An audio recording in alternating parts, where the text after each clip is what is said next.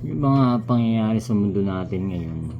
Well, anyway, it's about algorithm naman, no? Kasi syempre marami din namang hindi nakakita sa kung anong mga nakikita natin sa Facebook, kasi depende yon sa kung paano tayo nag-spend ng time, gaano katagal, yung gestures, yung pag-scroll natin, yung time na nakatutok tayo sa isang post. Depende rin sa algorithm. Pero regardless sa kung anong nakikita natin, it's very obvious yung mga pangyayari. I mean, nanood ako ng Megyn Kelly, I don't know how to pronounce, Megyn Kelly interview regarding kay Charles Kirk of Turning Point. It was an turning point na event which na grabe, ang daming tao, pero yun, nangyari pa rin. May naisip lang ako. Hindi na ho bago yung mga ganung pangyayari. Yung mga nagsasalita ka tungkol sa katotohanan, tapos may mga naapakan. Pero ito may mas malalim. Yung mga ganitong mga pangyayari may mas malalim kasi it's about politics.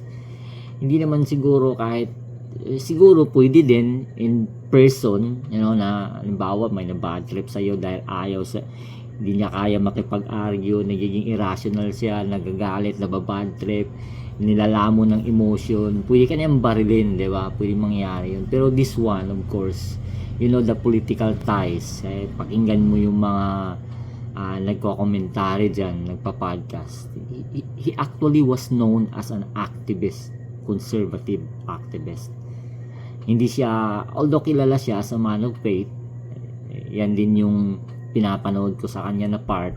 It's not about the politics, it's about his belief. But sa ganitong mga situation, di mo na kailangan magiging political analyst, no? It's political.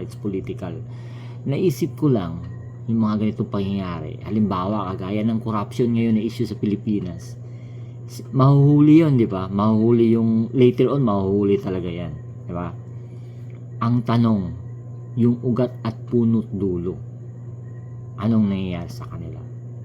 It was a conspiracy theorist na there are people who are conspiring at the top of the triangle. Ika nga ni Bambo Tatsulok. Those people are untouchables. Kagaya na sa ating Pilipinas ngayon, di ba? Nagdidebate, kunyari, nagkakaroon ng mga hearing, nagtuturuan, may mga name drop na.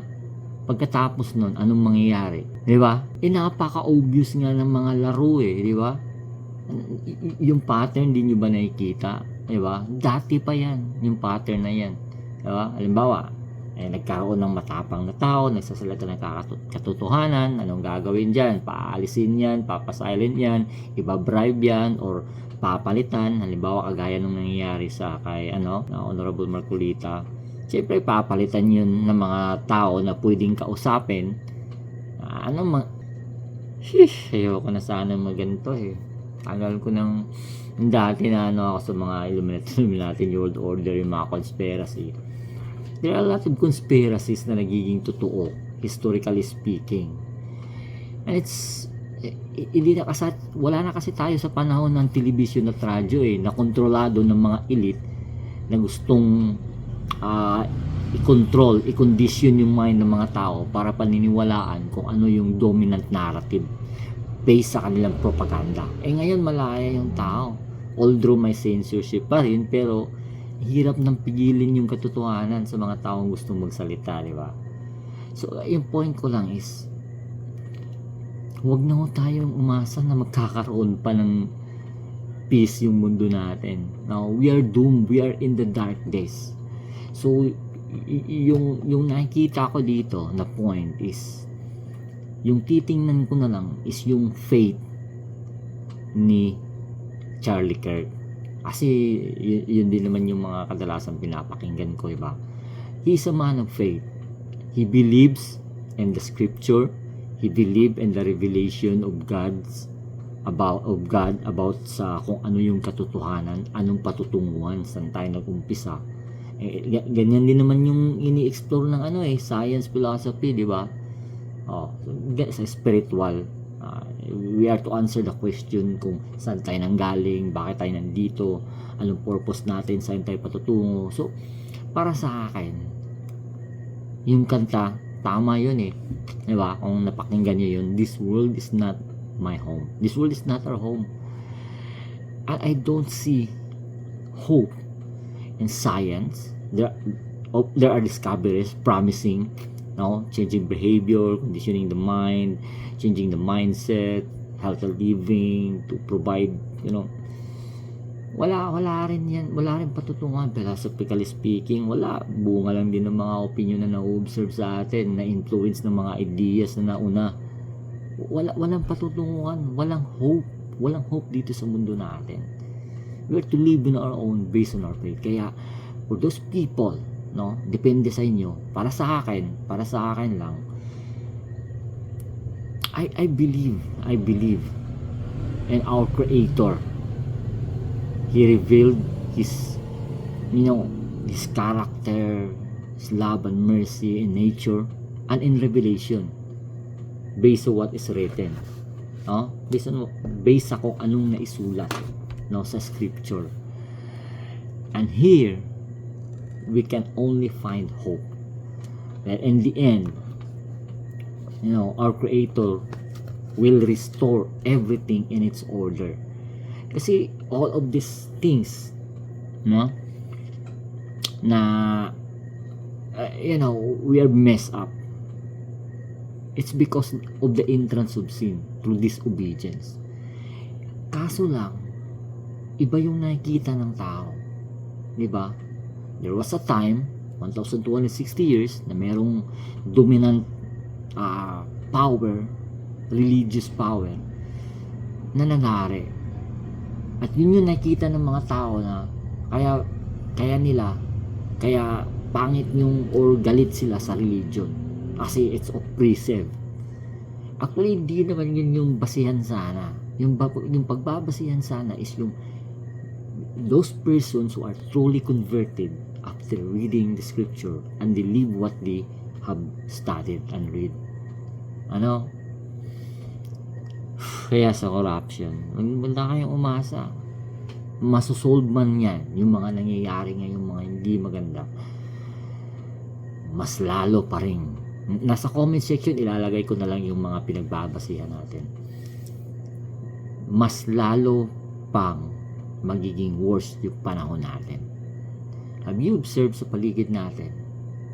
Tingnan mo yung mga, kahit sa content lang, social media, ay importante, masaya tayo. Puro mga nonsense, walang kakwenta-kwenta. Ang mas lalong nagiging mababaw yung pag-iisip ng marami. Although marami rin yung nabuksan ng yung sinasabi nilang awake people, woke people. Marami din mga kaisipan na nabuksan kasi may mga content creator na yung mga pinapanood natin na nagsishare ng kanilang mga ideas in which na we choose to believe that is truth depending sa inyo. I'm not saying na tama yung sinasabi natin, I'm not saying na yung mga reference ko ay tama, but at least yung mga content nila pinagsasabi nila is awareness. Huwag natin gawing rason na at least naging masaya tayo. Kailangan din natin mapasaya sa mga gagawa ng mga kalukuhan, walang kakwenta-kwentang mga tapos yun yung panoorin natin, tapos aasa tayo na magkakaroon ng solusyon yung kaguluhan dito sa mundo, lalo na sa Pilipinas. Wala, hindi.